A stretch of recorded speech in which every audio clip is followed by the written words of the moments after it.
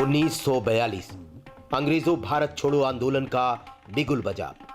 राष्ट्रपिता महात्मा गांधी की एक आवाज पर समूचा राष्ट्र आजादी की उस अंतिम लड़ाई में कूद गया था। हर भारतवासी जोश के साथ सिर पर कफन बांध आजादी का संकल्प लेकर निकल पड़ा था। युवा भी पढ़ाई लिखाई या फिर काम धंधा छोड़ आजादी की लड़ाई में शामिल हो चुके थे। उनमें कुछ ऐसे भी युवा थे जो कला के प्रति समर्पित थे और आजादी के दीवानों में अपनी कला के माध्यम से जोश भर रहे थे। उनकी कला के प्रति अंग्रेज भी नतमस्तक रहते। उन्हीं में राजस्थान के उदयपुर में 16 अप्रैल 1926 को जन्मे, वहां की मिट्टी में पले और बड़े हुए युवा पंडित चतुरलाल, जिन्होंने तबला की थाप की अनुगुण से न जाने कितनों को ही अपना बना लिया था। पंडित चतुरलाल की तबला की गूंजती ध्वनि उदयपुर से दिल्ली तक पहुंच चुकी थी। उस महान कलाकार पंडित चतुरलाल मिश्र की लोकप्रियता का आलम तब पता चला जब भारत को आजादी मिलने के बाद ब्रिटेन की महारानी भारत आई और उन्होंने तत्कालीन प्रधानमंत्री पंडित जवाहरलाल नेहरू से उस महान कलाकार पंडित चतुरलाल से मिलने की इच्छा व्यक्त की। यही नहीं, उन्होंने उनका तबला वादन सुनने की भी इच्छा जताई। उन्होंने आते ही थोड़े देर के बाद में नेहरू जी को कहा कि ये पंडित चतुरलाल जी कौन है, मेरे कंट्री में इन्होंने इतना नाम किया है कि everybody is talking about him.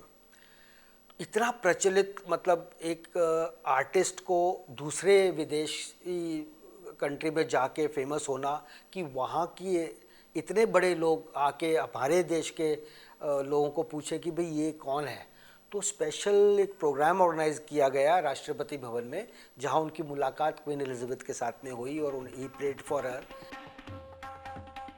वास्तव में वो अनमोल संस्कृति के वाहक थे।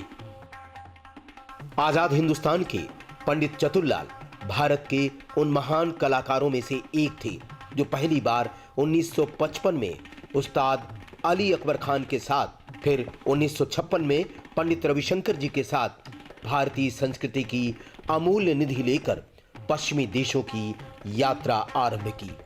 यही नहीं, विदेश में भी किसी पहले भारतीय कलाकार का सबसे पहले तबला सोलो का रिकॉर्ड प्लेयर भी लोकप्रिय हुआ था। मजे की बात यह है, तब वो जिस ग्रामोफोन पर अपना रिकॉर्ड बजाते थे वो आज भी उनके संग्रहालय में सुरक्षित है।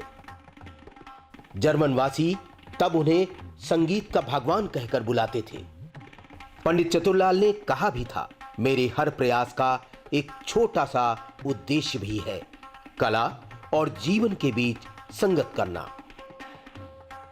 और पंडित चतुरलाल के बारे में विश्व प्रसिद्ध वायलिन वादक यहूदी मेनुहिन ने कहा था, पंडित चतुरलाल दुनिया के श्रेष्ठ संगीतज्ञों में से एक हैं, जिन्हें भारत में ही नहीं बल्कि दुनिया के अधिकांश मुल्कों में भी प्रतिष्ठा मिली है, क्योंकि वो अपनी कलात्मक वैभव से अपने चाहने वालों को हृदय की गहराइयों में छिपा लेते हैं।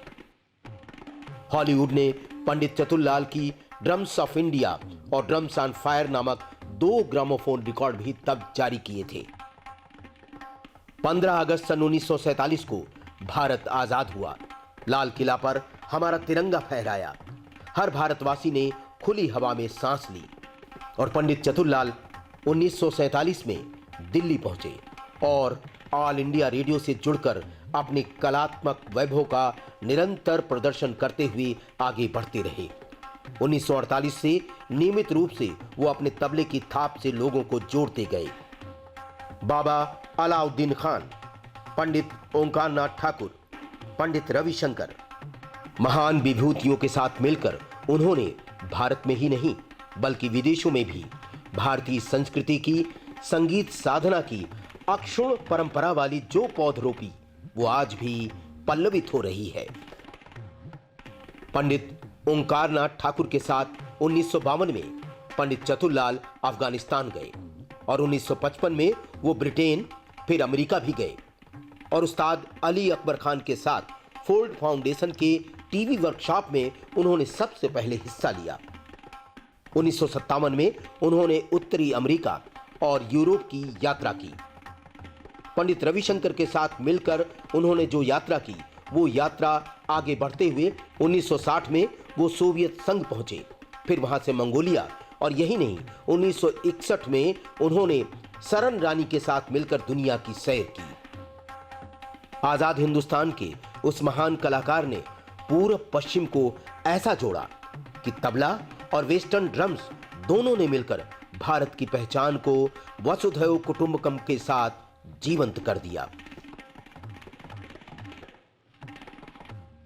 अंततः 14 अक्टूबर 1965 को आजादी का वो दीवाना पंछी और महान व्यक्तित्व 40 साल की उम्र में ही गहरी नींद में सो गया। उस महान व्यक्तित्व, महान कलाकार की कला निधियों से जुड़ी नायाब चीजों का संकलन उनकी संततियों ने किया है और राजधानी में ही अपनी तरह का एक अनूठा संग्रहालय बनाया है और उसे जनमानस को समर्पित कर दिया है। जर्मनी 2005 में हम लोग गए थे कॉन्सर्ट करने। वहाँ पे मैं ऐसी बैकग्राउंड में बैठी हुई थी बैकड्रॉप के पीछे, और एक छोटी सी लेडी आती हैं, वो बोलती हैं कि how are you related to Pandit Chaturlal, आप पंडित चतुरलाल जी से कैसे रिलेटेड हैं। तो मैंने उन्हें बताया कि मैं उनकी ग्रैंड डॉटर हूँ। वो इतना रोई हैं, आधा घंटा मेरे को बस हग किया, उन्हें रोती रही और उन्होंने 1957 की पंडित रविशंकर जी के साथ एक रिकॉर्डिंग थी उनकी, वो उन्होंने मुझे म्यूजियम के लिए डोनेट की। बस यदि आप उसे जानना चाहते हैं, उसे पहचानना चाहते हैं, तो वहां पहुंचिए और आजादी के उस कला मर्मज्ञ पंछी की कलात्मक वैभव ही क्यों, जीवन की सादगी को स्वयं महसूस करेंगे, जिसने राष्ट्रपिता महात्मा गांधी के संकल्पों के साथ जीवन को समर्पित कर दिया। उस महान कलाकार को शत शत नमन।